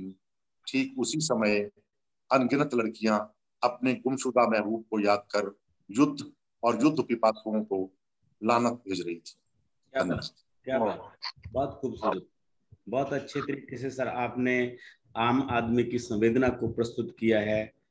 युद्ध का असर किस तरह आम लोगों पर होता है, ये आपकी कविता से बहुत अच्छी तरह स्पष्ट हुआ है। बहुत बहुत धन्यवाद आपका सर। धन्यवाद जी दोस्तों, ਅੱਗੇ ਵਧਦੇ ਹਾਂ ਆਪਾਂ। ਸਾਡੇ ਨਾਲ ਪੰਜਾਬੀ ਦੇ ਬਹੁਤ ਅੱਛੇ ਸ਼ਾਇਰ ਅਮਰਜੀਤ ਕਸਕ ਹੋਰੀ ਨੇ। ਮੈਂ ਤੁਹਾਨੂੰ ਪਹਿਲਾਂ ਵੀ ਦੱਸਿਆ ਸੀ ਕਿ ਅੱਜ ਦੇ ਇਸ ਸਮਾਗਮ ਦੇ ਵਿੱਚ ਅਸੀਂ ਕੁਝ ਸ਼ਾਇਰ ਵਿਸ਼ੇਸ਼ ਤੌਰ ਤੇ ਫੌਜ ਦੀ ਬੈਕਗ੍ਰਾਉਂਡ ਤੋਂ ਲਏ ਨੇ, ਕਿਉਂਕਿ ਫੌਜ ਦੀ ਬੈਕਗ੍ਰਾਉਂਡ ਚੋਂ ਆਇਆ ਬੰਦਾ ਯੁੱਧ ਨੂੰ ਬਹੁਤ ਨੇੜਿਓਂ ਦੇਖਦਾ ਹੈ। ਉਹਦੇ ਯੁੱਧ ਪ੍ਰਤੀ ਉਹ ਅਨੁਭਵ ਹੁੰਦੇ ਨੇ ਜਿਹੜੇ ਸ਼ਾਇਦ ਸਾਡੇ ਕੋਲੇ ਨਹੀਂ ਹੁੰਦੇ ਹੈਗੇ, ਕਿਉਂਕਿ ਮੌਤ ਨੂੰ ਇੰਨਾ ਨੇੜੋਂ ਦੇਖਣਾ, ਯੁੱਧ ਨੂੰ ਇੰਨਾ ਨੇੜੋਂ ਦੇਖਣਾ, ਜਿਹਨੂੰ ਅਸੀਂ ਅਖੌਤੀ ਦੁਸ਼ਮਣ ਕਹਿੰਦੇ ਆ, ਉਹਨੂੰ ਇੰਨਾ ਨੇੜੋਂ ਦੇਖਣਾ, ਤੇ ਇੱਕ ਦੇਸ਼ ਦੇ ਸਿਪਾਹੀ ਦੇ ਤੌਰ ਤੇ ਆਪਣੇ ਆਪ ਨੂੰ ਦੇਖਣਾ, ਤੇ ਇੱਕ ਕਾਮਨ ਮੈਨ ਦੇ ਤੌਰ ਤੇ ਆਪਣੇ ਆਪ ਨੂੰ ਦੇਖਣਾ, ਇਹ ਬਹੁਤ ਸਾਰੇ ਦਵੰਦ ਉਸ ਬੰਦੇ ਦੇ ਅੰਦਰ ਚੱਲਦੇ ਹੁੰਦੇ ਨੇ ਜਿਹੜਾ ਫੌਜ ਤੇ ਸਿੱਧੇ ਮੋਰਚੇ ਦੇ ਵਿੱਚ ਲੜਾਈ ਲੜਦਾ ਹੈ ਜਾਂ ਉਸ ਦਾ ਪ੍ਰਤੱਖਦਰਸ਼ੀ ਗਵਾਹ ਹੁੰਦਾ ਹੈ।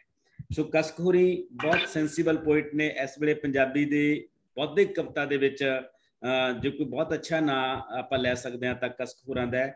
ਸੋ ਮੈਂ ਇਹਨਾਂ ਦਾ ਬਹੁਤ ਸਤਿਕਾਰ ਵੀ ਕਰਦਾ ਤੇ ਇਹਨਾਂ ਨੂੰ ਬਹੁਤ ਸਤਿਕਾਰ ਸਹਿਤ ਸੱਦਾ ਦਿੰਦਾ ਕਿ ਅੱਜ ਦੇ ਇਸ ਵਿਸ਼ੇ ਦੇ ਉੱਤੇ ਆਪਣੀਆਂ ਇੱਕ ਦੋ ਕਵਿਤਾਵਾਂ ਜਿੰਨੀਆਂ ਵੀ ਤੁਸੀਂ ਸਾਨੂੰ ਕਹਿਣੀਆਂ ਚਾਹੁੰਦੇ ਹੋ ਜ਼ਰੂਰ ਸਾਡੇ ਨਾਲ ਸਾਂਝੀਆਂ ਕਰੋ। ਕਸਕ ਸਾਹਿਬ।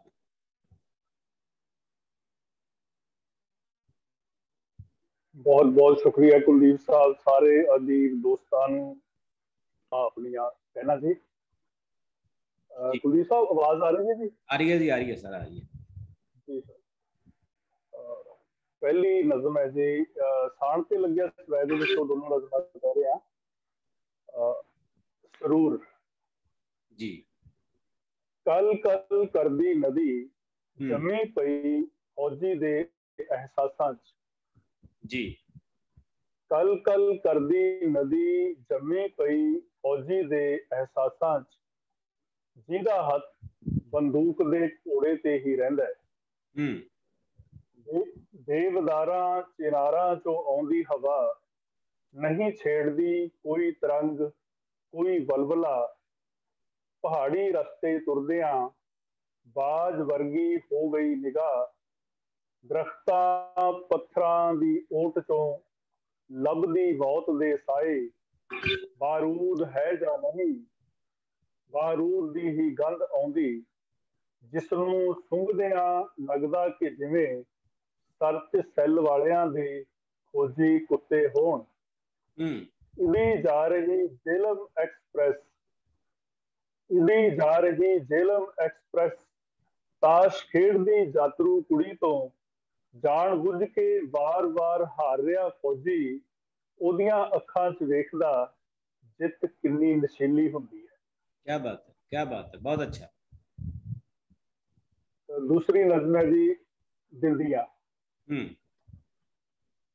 अजकल मेरा ते मेरे साथियां दा निवास है जिथे जी, परिवार आवास हुंदा सी शांति दे दिनां च, गायब ने बच्चों दे निके निके कदम, गोगले जे हासे टुट भज खलारा, उपरली मंजिल तो आउंदी रहिंदी आवाज कबूतरां दे गुटकण दी, साडे वर्गे भी किन्ने आए किन्ने गए, किसे ने भी बाथरूम दी दीवार ते थां थां लगियां बिंदियां नहीं उतारियां। बिंदियां जो कोई नहाउण वेले उतार के चिपका दिंदी रही, बिंदियां जो कोई नहाउण वेले उतार के चिपका दिंदी रही, बिंदियां भांत सुभांतियां कोई नहीं उतारदा बिंदियां, कुछ बिंदियां खूहे जहे दी शक्ल दियां कमरे तक तुर आउंदियां, हो जांदा एहसासां दा पिंडा नीला, कुछ बिंदियां पीच वोटियां खूहे वेस्ट भी जोगना बैरागना, ट्रपक जांदा हा जदों यह बिंदियां लगन लगदियां खून दे टेपे। बहुत अच्छी। ट्रपक जांदा हा जदों यह बिंदियां लगन लगदियां खून दे टेपे। बहुत बहुत शुक्रिया जी, बहुत धन्यवाद सर। बहुत संवेदनशील कवितावां तुसीं पेश कीतियां ने। सधारण मनुੱਖ ਦੇ ਵਿੱਚੋਂ ਕਿਵੇਂ ਜਿਹੜੀ ਯੁੱਧ ਦੀ ਮਾਨਸਿਕਤਾ ਰਿਫਲੈਕਟ ਹੁੰਦੀ ਹੈ, ਉਹਨਾਂ ਬਿੰਬਾਂ ਰਾਹੀਂ, ਉਹਨਾਂ ਮੈਟਾਫਰਾਂ ਰਾਹੀਂ ਤੁਸੀਂ ਯੁੱਧ ਦੀ ਭਿਆਨਕਤਾ ਦੀ ਗੱਲ ਕੀਤੀ ਹੈ। ਤੁਹਾਡਾ ਬਹੁਤ ਬਹੁਤ ਧੰਨਵਾਦ। ਦੋਸਤੋ, ਸਾਡੇ ਵਿਚਕਾਰ ਡਾਕਟਰ ਸੁਰਜੀਤ ਪਾਤਰ ਹੋਰੀ ਸ਼ਾਮਲ ਹੋ ਚੁੱਕੇ ਨੇ। ਸਾਡੇ ਸਰਪ੍ਰਸਤ ਨੇ, ਅਦਬੀ ਦੁਨੀਆ ਦੇ ਸਰਪ੍ਰਸਤ ਨੇ। ਇਸ ਵੇਲੇ ਪੰਜਾਬੀ ਦਾ ਉਹ ਨਾਂ ਨੇ ਜਿਨ੍ਹਾਂ ਦਾ ਪੂਰੀ ਵਿਸ਼ਵ ਦੀ ਕਵਿਤਾ ਦੇ ਵਿੱਚ ਸਤਿਕਾਰ ਨਾਲ ਨਾਂ ਲਿਆ ਜਾ ਸਕਦਾ ਹੈ ਤੇ ਲਿਆ ਜਾ ਰਿਹਾ ਹੈ। ਪੰਜਾਬ ਕਲਾ ਪਰਿਸ਼ਦ ਦੇ ਚੇਅਰਮੈਨ ਨੇ, ਜਿਨ੍ਹਾਂ ਦੀ ਅਗਵਾਈ ਦੇ ਵਿੱਚ ਪੰਜਾਬ ਸਾਹਿਤ ਅਕਾਦਮੀ ਕੰਮ ਕਰ ਰਹੀ ਹੈ।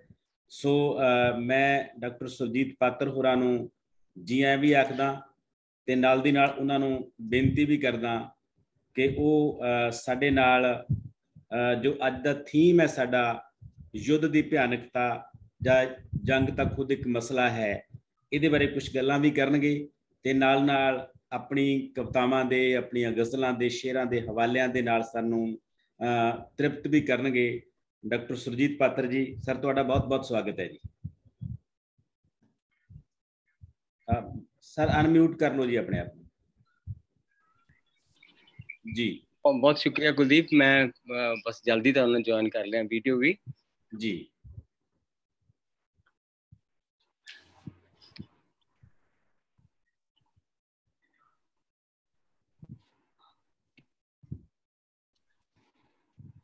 जी सर। सो बहुत शुक्रिया जी सब ਨੂੰ ਸਤਿ ਸ੍ਰੀ ਅਕਾਲ। ਤੇ ਇਸ ਗੱਲ ਲਈ ਖਿਮਾ ਦੀ ਜਾਚਨਾ ਕਰਦਾ ਕਿ ਮੈਂ ਸਫ਼ਰ 'ਚ ਸੀ ਤੇ ਹੁਣ ਥੋੜੀ ਦੇਰ ਪਹਿਲਾਂ ਮੈਂ ਆਇਆ ਔਰ ਮੈਂ ਸ਼ਾਮਲ ਹੋਣ ਦੀ ਖੁਸ਼ੀ ਲੈ ਰਿਹਾ ਜੀ। ਚੰਗਾ ਹੁੰਦਾ ਮੈਂ ਤੁਹਾਨੂੰ ਸੁਣ ਚੁੱਕਾ ਹੁੰਦਾ ਸਾਰਿਆਂ ਨੇ ਜੋ ਨਜ਼ਮਾਂ ਪੜ੍ਹੀਆਂ, ਸੋ ਪਰ ਉਹ ਮੈਨੂੰ ਘਾਟਾ ਪਿਆ ਇਸ ਗੱਲ ਦਾ ਬਹੁਤ, ਯਾਨੀ तो जिस तरह तुसी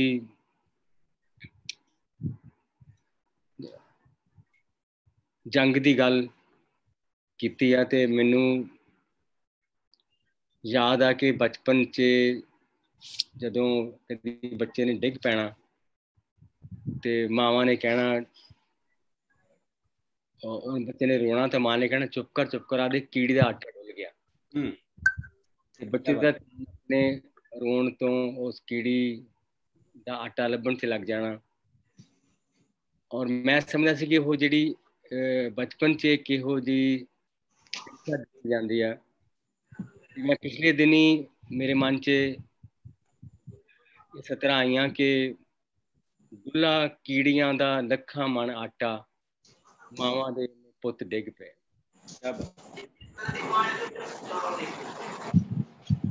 कहंदा मावां नूं तां दोहे बन्ने घाटा हारे जां कोई जंग जिते। बहुत अच्छी। जंग दी तबाही, जंग दा जो दर्द है वो दुनिया ने बहुत देखा। इन्नियां वड्डियां जंगां होईयां और उन्हां जंगां ने बंदियां दा महांदरा, कला दा महांदरा बदल दिता। और दूसरी विश्व जंग तो बाद कवि ते लेखक इन्ने निराश हो गए सी लिखण तो ही कि उन्होंने पूरा जो एक सोहज वाला स्टाइल सीगा लिखण दा उन्होंने छੱਡ दिता जी। ते उन्होंने एक दिन यानी वो किते घटना छापी हुई कि एक उन्होंने खाली पीपा लिया ते ओदे चारे पासों ठुड्डे मारदे आ लेखक, एक उधरों दूजा उधरों, ते अखीर उन्होंने एक कलाकृत दे तौर ते टेबल ते रखदे आ। तो कहंदे कि अजोका आदमी कि जिस तरह जंग सिर्फ बंदियां नूं नहीं मारदी, उन्हां चों बहुत कुछ खत्म कर दी है। और जिस तरह ਜਦੋਂ ਅਸੀਂ ਸ਼ੁਰੂ ਤੋਂ ਜੰਗ ਤੋਂ ਦੇਖਦੇ ਹਾਂ ਕਿ ਸ਼ੁਰੂਆਤ ਬੰਦੇ ਦੀ ਸ਼ੁਰੂਆਤ ਤੋਂ ਬੰਦਾ ਜਿਹਨੂੰ ਆਪਾਂ ਕਹਿੰਦੇ ਕਿ ਬੇਸ਼ੱਕ ਉਹ ਮਾਈਥੋਲੋਜੀ ਆ, ਬੇਸ਼ੱਕ ਇਤਿਹਾਸ ਹੈ, ਕਿ ਉਹਦੇ 'ਚ ਜਦੋਂ ਜਿਹੜੀਆਂ ਵੱਡੀਆਂ ਅਸੀਂ ਗੱਲਾਂ ਦੇਖਦੇ ਹਾਂ ਇੱਕ ਬੰਦੇ ਦੇ ਵਿੱਚ, ਆਪਾਂ ਉਹਨੇ ਵੀ ਕਹਿੰਦੇ ਕਿ ਬੰਦੇ ਵਿੱਚ ਈਗੋ ਆ, ਜੋ ਗੁਰੂ ਸਾਹਿਬ ਨੇ ਵੀ ਜਿੱਦਾਂ ਹੁਣ ਕਾਮ, ਕ੍ਰੋਧ, ਲੋਭ, ਮੋਹ, ਹੰਕਾਰ, ਕਿ ਇਹੋ ਇੱਕ ਬੰਦੇ ਦੇ ਅੰਦਰ ਦੀਆਂ ਬਿਰਤੀਆਂ ਨੇ ਜਿਹੜੀਆਂ ਆਪਣੇ ਆਪ 'ਚ ਸ਼ਕਤੀਆਂ ਵੀ ਨੇ। ਜਿਵੇਂ ਆਪਾਂ ਕਹਿੰਦੇ ਕਿ ਅਗਨੀ, ਪਾਣੀ, ਹਵਾ, ਇਹ ਸ਼ਕਤੀਆਂ ਵੀ ਨੇ, ਪਰ ਇਹੋ ਤਬਾਹੀ ਵੀ ਹੋ ਸਕਦੀਆਂ। ਸੋ ਇਸ ਤਰ੍ਹਾਂ ਹੀ ਜਿਹੜੀ ਈਗੋ, ਅਸੀਂ ਕਹਿੰਦੇ ਹਾਂ ਕਿ ਈਗੋ ਇੱਕ ਆਪਣੇ ਆਪ 'ਚ ਸ਼ਕਤੀ ਇਸ ਲਈ ਹੈ ਕਿ ਗੁਰੂ ਅਮਰਦਾਸ ਕਹਿੰਦੇ ਆ ਕਿ ਹਉਮੈ ਦੀਰਘ ਰੋਗ ਹੈ, ਦਾਰੂ ਵੀ ਇਸ ਮਾਏ। ਕਿ ਹਉਮੈ ਬਹੁਤ ਇੱਕ ਦੀਰਘ ਰੋਗ ਹੈ, ਪਰ ਦਾਰੂ ਵੀ ਇਹਦੇ ਅੰਦਰ ਹੀ ਹੈ। ਸੋ ਉਹ ਦਾਰੂ ਕਿਸ ਤਰ੍ਹਾਂ ਅੰਦਰ, ਉਹ ਕਹਿੰਦੇ ਕਿ ਦਾਰੂ ਇਸ ਤਰ੍ਹਾਂ ਅੰਦਰ ਹੈ ਕਿ ਬੰਦਾ ਇੱਕ ਤਾਂ ਈਗੋ ਕਰਦਾ ਕਿ ਮੈਂ ਜੱਟ ਹੋ ਕੇ ਆਇਆ ਕਰਾਂ, ਜਾਂ ਮੈਂ ਇੰਨਾ ਅਮੀਰ ਹੋ ਕੇ ਝੁਕ ਜਾ ਕਿਸੇ ਅੱਗੇ। ਇੱਕ ਈਗੋ ਦਾ ਇਹ ਰੂਪ ਆ। ਦੂਸਰਾ ਇਹ ਹੈ ਕਿ ਬੰਦਾ ਕਹਿੰਦਾ ਕਿ ਮੈਂ ਇੱਕ ਪੰਜਾਬੀ ਹੋ ਕੇ ਇੱਦਾਂ ਕਰਾਂ, ਮਤਲਬ ਇੱਦਾਂ ਕਰਾਂ। ਉਹਦੇ 'ਚ ਵੀ ਇੱਕ ਸੂਖਮ ਜਿਹੀ ਤੇ ਬਹੁਤ ਪਿਆਰੀ ਜਿਹੀ ਈਗੋ ਆ, ਜਦੋਂ ਅਸੀਂ ਕਹਿੰਦੇ ਕਿ ਯਾਰ ਮੈਂ ਪੰਜਾਬੀ ਹੋ ਕੇ, ਜਾਂ ਕਹਿੰਦੇ ਪੰਜਾਬੀ ਕਦੇ ਮੰਗਤੇ ਨਹੀਂ ਬਣਦੇ, ਜਾਂ ਪੰਜਾਬੀ। ਸੋ ਉਹਦੇ ਵਿੱਚ ਵੀ ਇੱਕ ਈਗੋ ਦਾ ਪੋਜ਼ਿਟਿਵ ਰੂਪ ਹੈ। ਸੋ ਮੈਂ ਸਮਝਦਾ ਕਿ ਇੱਕ ਜਿਹੜੀ ਇੱਕ ਆਮ ਬੰਦੇ ਦੀ ਈਗੋ ਆ ਉਹ ਘੱਟ ਨੁਕਸਾਨ ਕਰਦੀ ਆ। ਇੱਕ ਵੱਡੇ ਬੰਦੇ ਦੀ ਈਗੋ, ਜਿਹੜਾ ਕਿੰਗ ਹੋ ਜਾਂਦਾ, ਉਹਦੀ ਈਗੋ ਸਾਰੇ ਜਹਾਨ ਉੱਤੇ ਭਾਰੀ ਹੋ ਜਾਂਦੀ ਹੈ ਕਿ ਉਹ ਆਪਣੀ ਗੱਦੀ ਬਚਾਉਣ ਨੂੰ ਉਹ ਜੰਗ ਛੇੜਦਾ, ਉਹ ਆਪਣਾ ਕੱਦ ਉੱਚਾ ਕਰਨ ਲਈ ਲਾਸ਼ਾਂ ਤੇ ਖੜਾ ਹੁੰਦਾ। ਕਿ ਉਹ ਇਹ ਸਾਰੇ ਦੇ ਪਿੱਛੇ ਜੋ ਅਸੀਂ ਕਹਿੰਦੇ ਕਿ ਕੀ ਕੀਤਾ ਜਾਵੇ, ਉਹਦੇ ਲਈ ਜ਼ਿੰਦਗੀ ਭਰ ਯਾਨੀ ਪੂਰਾ ਸਾਹਿਤ ਇਸ ਗੱਲ ਲਈ ਲੜਦਾ ਰਿਹਾ ਕਿ ਬਸਰੇ ਦੀ ਲਾਮ ਟੁੱਟ ਜਾਏ, ਨੀ ਮੈਂ ਰੰਡੀਓਂ ਸੁਹਾਗਣ ਹੋਵਾਂ। ਕਿ ਇੱਕ ਦੁਆ, ਲੋਕ ਗੀਤ ਵੀ ਇਸ ਗੱਲ ਦੀ ਦੁਆ ਕਰਦੇ ਆ ਕਿ ਜੰਗ ਸਿਰਫ ਇਹੀ ਨਹੀਂ ਕਿ ਜੰਗ 'ਚ ਬੰਦੇ ਮਰ ਗਏ, ਜੰਗ ਬਹੁਤ ਕੁਛ ਵਿਗਾੜਦੀ। ਔਰ ਪੰਜਾਬੀ ਸਾਹਿਤ 'ਚ ਮੈਂ ਸਮਝਦਾ ਕਿ ਸਭ ਤੋਂ ਵੱਡੀ ਜਿਹੜੀ ਜੰਗ ਬਾਰੇ ਸਭ ਤੋਂ ਮਹਾਨ ਕਵਿਤਾ ਉਹ ਗੁਰੂ ਨਾਨਕ ਸਾਹਿਬ ਦੀ ਆ, ਜਿਹੜੀ ਆ ਉਹਨਾਂ ਦੇ ਬਾਬਰ ਬਾਣੀ ਵਾਲੇ 4 ਸ਼ਬਦ ਨੇ। ਪਾਪ ਕੀ ਜੰਜ ਲੈ ਕਾਬਲ ਨੂੰ ਤਾਇਆ, ਚੋਰੀ ਮੰਗੇ ਦਾਨ ਵੇਲਾ ਲੋ। ਔਰ ਜਾਂ ਉਹਨਾਂ 4 ਸ਼ਬਦਾਂ 'ਚ ਉਹ ਕਹਿੰਦੇ ਆ ਕਿ ਜਿਨ ਕੇ ਬਾਂਕੇ ਘਰੀ ਨਾ ਆਇਆ, ਤਿੰਨ ਕਿਉਂ ਰਹਿਣ ਬਿਹਾਣੀ। ਕਿ ਉਹ ਸਪਿਰਚੁਅਲ ਕਵੀ ਸੀਗੇ, ਪਰ ਉਹਨਾਂ ਸਪਿਰਚੁਅਲ ਕਵੀ, ਜਿੱਦਾਂ ਹੁਣ ਆਪਾਂ ਗੀਤਾ ਪੜ੍ਹਦੇ, ਗੀਤਾ ਵਿੱਚ ਕ੍ਰਿਸ਼ਨ ਕਹਿੰਦੇ ਆ ਕਿ ਜਿਸਮ ਤਾਂ ਇੱਕ ਚੋਲਾ ਆ, ਆਤਮਾ ਕਦੀ ਨਹੀਂ ਮਰਦੀ। ਅਰਜੁਨ ਨੂੰ ਉਪਦੇਸ਼ ਦਿੰਦੇ ਆ ਕਿ ਜਿਹੜਾ ਇਹ ਤਾਂ ਚੋਲਾ, ਇਹਦਾ ਕੋਈ ਇਹਦੀ ਪਰਵਾਹ ਨਾ ਕਰੋ। ਲੇਕਿਨ ਆਪਾਂ ਉਸ ਗੁਰੂ ਨਾਨਕ ਬਾਣੀ ਦੇਖਦੇ ਹਾਂ ਕਿ ਉਹ ਇੰਨੀ ਹਿਊਮਨ ਬੰਦੇ ਦੀ ਜਾਨ ਦੀ, ਜਾਂ ਇੱਕ ਨਾਰੀ ਦੇ ਦਿਲ 'ਚ ਬੈਠ ਕੇ ਜੰਗ ਦਾ ਦਰਦ ਦੇਖਦੇ ਆ ਕਿ ਜਿਨ ਕੇ ਬਾਂਕੇ ਘਰੀ ਨਾ ਆਇਆ, ਤਿੰਨ ਕਿਉਂ ਰਹਿਣ ਵਿਹਾਣੀ। ਕਿ ਜਿਨ੍ਹਾਂ ਦੇ ਬਾਂਕੇ ਪੁੱਤਰ ਜਾਂ ਬਾਂਕੇ ਪਤੀ ਜਾਂ ਬਾਂਕੇ ਭਰਾ ਜਾਂ ਬਾਂਕੇ ਪੁੱਤ ਜੰਗ 'ਚੋਂ ਵਾਪਸ ਨਹੀਂ ਆਏ, ਉਹਨਾਂ ਔਰਤਾਂ ਦੀ ਰਾਤ ਕਿਵੇਂ ਬੀਤੀ, ਉਹਨਾਂ ਦੀ ਰਾਤ ਕਿਵੇਂ ਬੀਤੀ। ਸੋ ਇੱਕ ਬਹੁਤ ਬਰੀਕ ਕਿਸਮ ਦਾ, ਯਾਨੀ ਉਸ ਉਹਨਾਂ ਸ਼ਬਦਾਂ ਦੇ ਵਿੱਚ ਜੰਗ ਦੇ ਖਿਲਾਫ ਇੱਕ ਇਹੋ ਜਿਹਾ ਦ੍ਰਿਸ਼ ਹੈ ਜਿਹਨੂੰ ਦੇਖ ਕੇ ਦਿਲ ਕੰਬ ਜਾਂਦਾ। ਪਰ ਇਸ ਸਭ ਕੁਝ ਦੇ ਬਾਵਜੂਦ ਆਪਾਂ ਦੇਖਦੇ ਕਿ ਜਿਹੜੀ ਹਿੰਸਾ ਸਾਡੇ ਬੋਲਾਂ ਵਿੱਚ, ਸਾਡੇ ਸੁਭਾਅ 'ਚ, ਸਾਡੀ ਨਿੱਜੀ ਹਿੰਸਾ, ਸਾਡੀ ਇੱਕ ਕੌਮੀ ਹਿੰਸਾ, ਇਹ ਸਾਰਾ ਕੁਛ ਯਾਨੀ ਚੱਲਦਾ ਰਹਿੰਦਾ। ਪਰ ਗੱਲ ਇਹ ਹੈ ਕਿ ਜਿਹੜੀ ਫਿਰ ਇਹ ਵੀ ਕਹਿੰਦਾ ਕਿ ਵੀ ਤੁਸੀਂ ਜਿਹੜੇ ਆਪਾਂ ਜਦੋਂ ਸਰਹੱਦਾਂ ਨੇ, ਸਰਹੱਦ ਨੂੰ ਮੈਂ ਕਿਹਾ ਕਿ ਸਰਹੱਦ ਤਾਂ ਹਰ ਇੱਕ ਜਿਸਮ ਦੀ ਇੱਕ ਸਰਹੱਦ ਹੈ। ਪਰ ਗੱਲ ਇਹ ਹੈ ਕਿ ਉਹ ਸਰਹੱਦਾਂ ਦੀ ਅਸੀਂ ਇੱਜ਼ਤ ਵੀ, ਸਾਨੂੰ ਕੋਈ ਜ਼ਰੂਰ ਨਹੀਂ ਕਿ ਸਰਹੱਦਾਂ ਨਾ ਹੋਣ। ਸਰਹੱਦਾਂ ਕਈ ਵਾਰੀ ਚਾਹੀਦੀਆਂ ਹੁੰਦੀਆਂ ਕਿ ਕਿਸੇ ਕੌਮ ਦੀ ਆਪਣੀ ਤਰ੍ਹਾਂ ਦੇ ਸੁਭਾਅ ਲਈ ਜਾਂ ਆਪਣੀ ਤਰ੍ਹਾਂ ਦੇ ਇੰਟਰਸਟ ਲਈ। ਲੇਕਿਨ ਇਹ ਹੈ ਕਿ ਮੈਂ ਇੱਕ ਸਤਰਾਂ ਨੇ ਮੇਰੀਆਂ ਦੋ ਕਿ ਕੰਧਾਂ ਹੋਣ ਉੱਤੇ ਮੂਰਤਾਂ ਪਿਆਰੀਆਂ ਵੀ ਹੋਣ, ਕੰਧਾਂ ਅੰਨੀਆਂ ਨਾ ਹੋਣ, ਬੂਹੇ ਬਾਰੀਆਂ ਵੀ ਹੋਣ। ਬਹੁਤ ਅੱਛਾ। ਕਿ ਉਹ ਜਦੋਂ ਬੂਹੇ ਬਾਰੀਆਂ ਹੋਣਗੀਆਂ ਤਾਂ ਫਿਰ ਅਸੀਂ ਸ਼ਾਇਦ ਦੂਸਰੇ ਦੀ ਮਾਨਵਤਾ ਨੂੰ, ਦੂਸਰੇ ਦੇ ਦਰਦ ਨੂੰ ਦੇਖ ਸਕਦੇ ਹਾਂ। ਤੋ ਇੰਨੀਆਂ ਕਿ ਮੈਂ ਤੁਹਾਡੇ ਨਾਲ ਗੱਲਾਂ ਸਾਂਝੀਆਂ ਕਰਨੀਆਂ ਚਾਹੁੰਦਾ। ਔਰ ਮੈਂ ਇੱਕ ਨਜ਼ਮ ਤੁਹਾਡੀ ਸੇਵਾ 'ਚ ਪੇਸ਼ ਕਰ ਦਿੰਦਾ, ਜਿਹੜੀ ਜੀ ਇਹ ਹੈ ਕਿ ਟੁੱਟੀਆਂ ਵੰਗਾਂ ਦਾ ਤਾਜਰ ਕਰਦੇ ਨੇ ਵਪਾਰ ਵੀ। ਟੁੱਟੀਆਂ ਵੰਗਾਂ ਦਾ ਤਾਜਰ ਕਰਦੇ ਨੇ ਵਪਾਰ ਵੀ, ਬਣਦੀਆਂ ਲਾਸ਼ਾਂ ਬੜੇ ਲੋਕਾਂ ਲਈ ਰੁਜ਼ਗਾਰ ਵੀ। ਕਿਆ ਬਾਤ। ਜੰਗ ਹੈ ਸਾਡੇ ਲਈ ਮਾਤਮ ਗਰੀਬੀ ਮਾਰ ਵੀ, ਜੰਗ ਹੈ ਨੇਤਾ ਦੀ ਹਾਕਮ ਲਈ ਤਿਉਹਾਰ ਵੀ। ਕਿ ਜੋ ਕਈ ਵਾਰੀ ਕਰੋੜਾਂ ਬੰਦਿਆਂ ਦਾ ਰੋਣਾ ਹੁੰਦਾ, ਉਹ ਇੱਕ ਹਾਕਮ ਦਾ ਹਾਸਾ ਹੁੰਦਾ। ਜੰਗ ਹੈ ਸਾਡੇ ਲਈ ਮਾਤਮ ਗਰੀਬੀ ਮਾਰ ਵੀ, ਜੰਗ ਹੈ ਨੇਤਾਗਿਰੀ ਹਾਕਮ ਲਈ ਤਿਉਹਾਰ ਵੀ। ਮਲਮ ਪੱਟੀ ਵੀ ਕਰੇਗਾ ਅਮਨ ਦਾ ਪ੍ਰਚਾਰ ਵੀ, ਮਲਮ ਪੱਟੀ ਵੀ ਕਰੇਗਾ ਅਮਨ ਦਾ ਪ੍ਰਚਾਰ ਵੀ, ਵੇਚੇਗਾ ਦੋਹਾਂ ਧਿਰਾਂ ਨੂੰ ਪਰ ਉਹੀ ਹਥਿਆਰ ਵੀ। ਕਿਆ ਬਾਤ। ਇੱਕ ਉਹਦੀ ਸਿਵਿਆਂ 'ਚ ਹੱਟੀ, ਦੂਸਰੀ ਕਬਰਾਂ 'ਚ ਹੈ। ਇੱਕ ਉਹਦੀ ਸਿਵਿਆਂ 'ਚ ਹੱਟੀ, ਦੂਸਰੀ ਕਬਰਾਂ 'ਚ ਹੈ, ਤੀਸਰੀ ਮੰਦਿਰ ਅਤੇ ਮਸਜਿਦ ਦੇ ਹੈ ਵਿਚਕਾਰ ਵੀ। ਜਿਉਂਦਿਆਂ ਲੋਕਾਂ ਦੇ ਮੁਸ਼ਕਲ ਮਸਲੇ ਟਾਲਣ ਵਾਸਤੇ, ਜਿਉਂਦਿਆਂ ਲੋਕਾਂ ਦੇ ਮੁਸ਼ਕਲ ਮਸਲੇ ਟਾਲਣ ਵਾਸਤੇ, ਪੁੱਟ ਕੇ ਕਬਰਾਂ ਉਠਾਏ ਜਾਣਗੇ ਮੁਰਦਾਰ ਵੀ। ਪੁੱਟ ਕੇ ਕਬਰਾਂ ਉਠਾਏ ਜਾਣਗੇ ਮੁਰਦਾਰ ਵੀ। ਜੰਗ ਜਦ ਲੱਗਦੀ ਤਾਂ ਮਰਦੇ ਨਾ ਸਿਰਫ ਇਨਸਾਨ ਹੀ, ਜੰਗ ਜਦ ਲੱਗਦੀ ਤਾਂ ਮਰਦੇ ਨਾ ਸਿਰਫ ਇਨਸਾਨ ਹੀ, ਮਰਦੀ ਹੈ ਇਨਸਾਨੀਅਤ ਵੀ, ਦੋਸਤੀ ਵੀ, ਪਿਆਰ ਵੀ। ਲਾਮ ਤੇ ਜਾਂਦੇ ਤਾਂ ਮਰਦੇ ਪਰ ਸਿਰਫ ਉਹੀ ਨਹੀਂ, ਲਾਮ ਤੇ ਜਾਂਦੇ ਤਾਂ ਮਰਦੇ ਪਰ ਸਿਰਫ ਉਹੀ ਨਹੀਂ, ਪਿਛਲਿਆਂ ਨੂੰ ਮਾਰਦੀ ਹੈ ਹਿਜਰ ਦੀ ਤਲਵਾਰ ਵੀ। ਕਿਆ ਬਾਤ। ਪਿਛਲਿਆਂ ਨੂੰ ਮਾਰਦੀ ਹੈ ਹਿਜਰ ਦੀ ਤਲਵਾਰ ਵੀ। ਆਪਣੇ ਮੋਢੇ ਤੇ ਜ਼ਖਮੀ ਸਾਥੀਆਂ ਦਾ ਹੀ ਨਹੀਂ, ਆਪਣੇ ਮੋਢੇ ਤੇ ਜ਼ਖਮੀ ਸਾਥੀਆਂ ਦਾ ਹੀ ਨਹੀਂ, ਚੁੱਕਣਾ ਪੈਂਦਾ ਹੈ ਮੋਈ ਆਤਮਾ ਦਾ ਭਾਰ ਵੀ। ਟੁੱਟੀਆਂ ਵੰਗਾਂ ਦਾ ਤਾਜਰ ਕਰਦੇ ਨੇ ਵਪਾਰ ਵੀ, ਬਣਦੀਆਂ ਲਾਸ਼ਾਂ ਬੜੇ ਲੋਕਾਂ ਲਈ ਰੁਜ਼ਗਾਰ। क्या बात है,